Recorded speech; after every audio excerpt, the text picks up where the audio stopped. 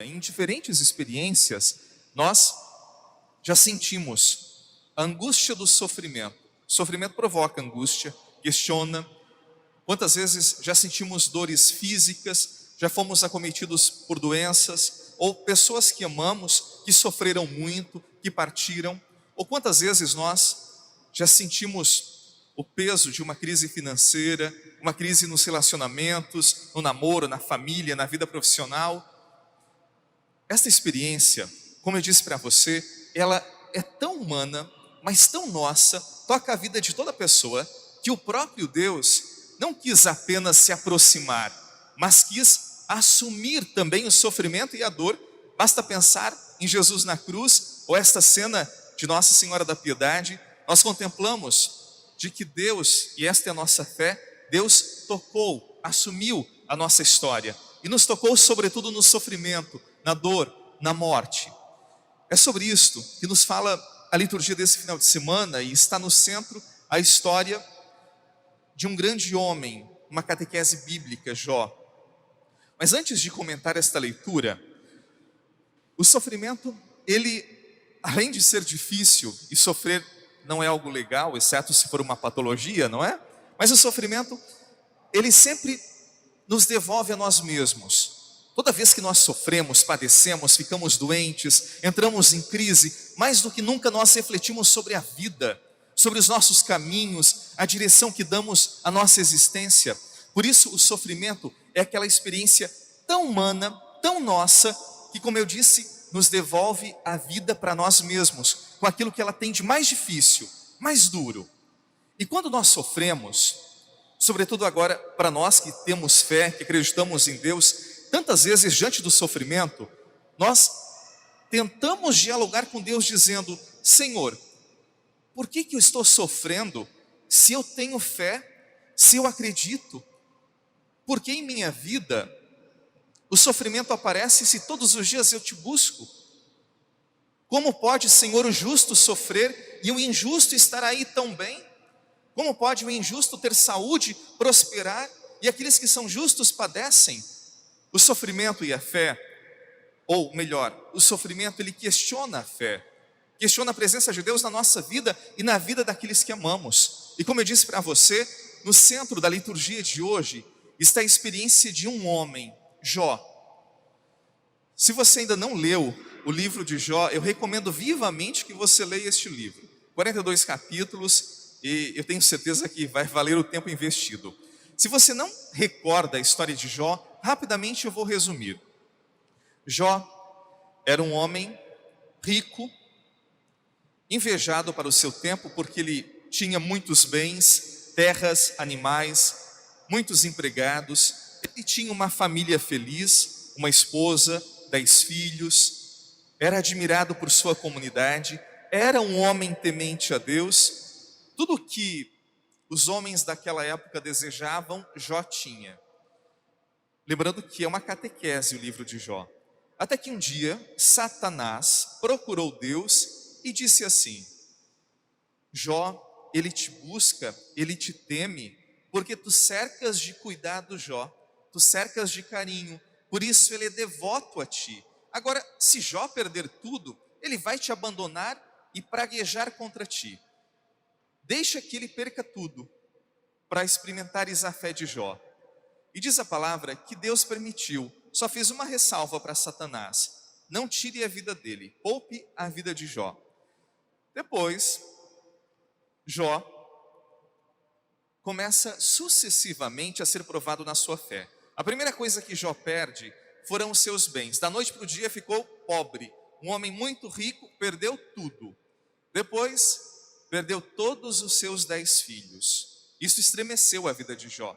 Imagina, um homem que tinha muitos bens, perde os bens. Logo em seguida, perde todos os seus filhos. Depois, o seu casamento entra em crise.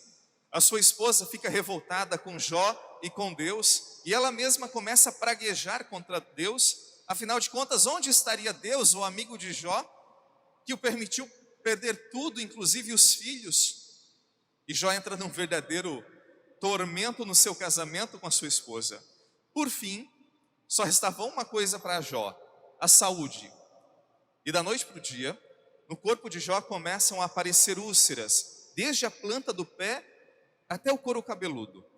O seu corpo ficou cheio de úlceras, a ponto dele ter que usar cacos de telha para tirar o pus das suas feridas. Tamanha dor, o sofrimento, o mau cheiro. Ou seja, Jó perdeu os bens, perdeu os filhos, o casamento em crise, estava perdendo a sua esposa e perdeu a saúde do corpo, perdeu a beleza física, perdeu tudo aquilo que tinha. E justamente nesse momento, no coração de Jó, algumas perguntas começaram a surgir. Afinal de contas, onde estava Deus, que permitia tamanho sofrimento, tamanha dor? Jó que era tão devoto, Jó que acreditava em Deus. O drama de Jó, mais do que o drama de um homem específico na história bíblica, é o drama de cada um de nós, é o drama da humanidade que padece, que sofre. Quantas vezes nós também experimentamos sentimentos ou experiências tão próximas, tão parecidas às de Jó, e assim como no coração de Jó, surgem em nosso coração questionamentos, perguntas: meu Deus, por que eu estou sofrendo? Por que a minha vida não vai para frente? Por que tanta dificuldade na minha casa, no meu relacionamento, na minha vida familiar, na minha vida financeira? As experiências de Jó, elas continuam tão atuais e dizem tanto para nós. Mas vamos entender melhor a experiência desse homem, que, como eu disse para você, está no centro da liturgia desse final de semana. Jó, em nenhum momento, ele quis abandonar Deus. É verdade que ele fez questionamentos, em alguns momentos o seu coração sentiu uma espécie de revolta, é verdade, afinal de contas ele perdeu tudo. Agora Jó aprendeu algumas coisas, e é isso que nos interessa hoje. Jó compreendeu de que Deus jamais provoca sofrimento ou dor na vida de uma pessoa. Deus, como dizia uma autora cristã, Deus não nos dá a doença, Ele nos oferece o remédio. Se o sofrimento existe, e ele existe, eu experimento, eu tenho certeza que você também, o sofrimento, a dor, a perda, os limites, a contingência da vida humana, não é a vontade de Deus, mas faz parte da nossa condição, da nossa vida. Ter fé não é não sofrer, ter fé não é não ter doença.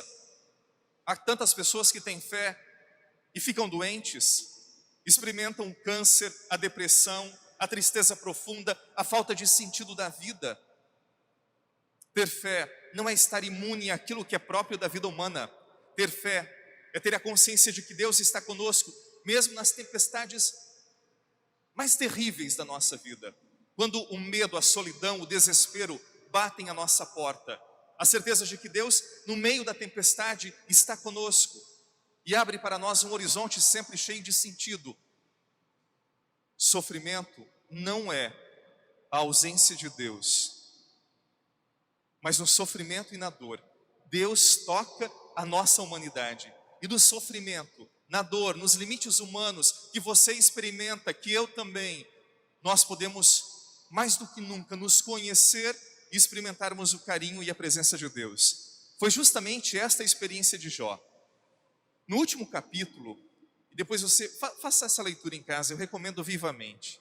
No capítulo 42, quase nas últimas palavras do livro, Jó vai dizer assim para Deus: Senhor, antes eu te conhecia de ouvir falar, e agora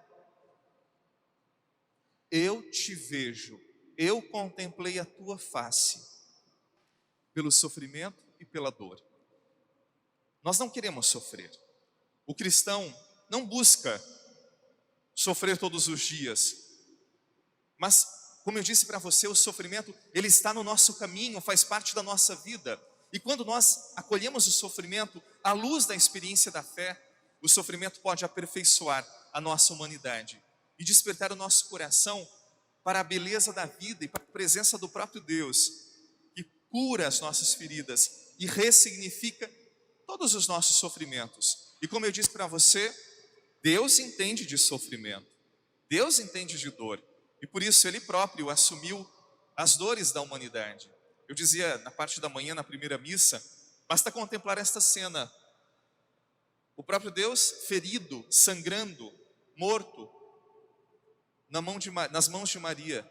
Deus que assume também o sofrimento para ressignificá-lo a partir da experiência da fé.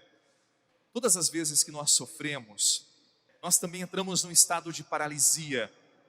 O sofrimento ele tende a estagnar os nossos sentimentos, o movimento do nosso espírito. Quando nós sofremos, tal como esta mulher, nós ficamos passivos diante da vida. O texto nos mostra que nesse momento, Jesus sempre se aproxima. Quando nós sofremos, padecemos, Deus se aproxima para nos tocar no sofrimento, na dor, e nos fazer ver mais longe, nos fazer reerguer. Inclusive, o verbo aqui usado no original, o verbo levantar, é o mesmo que significa ressurreição. Esta mulher, a partir dessa experiência de fé, ela pôde ressuscitar, ela pôde voltar à vida. Diante das mazelas humanas, diante das contrariedades da própria vida, Deus não nos abandona.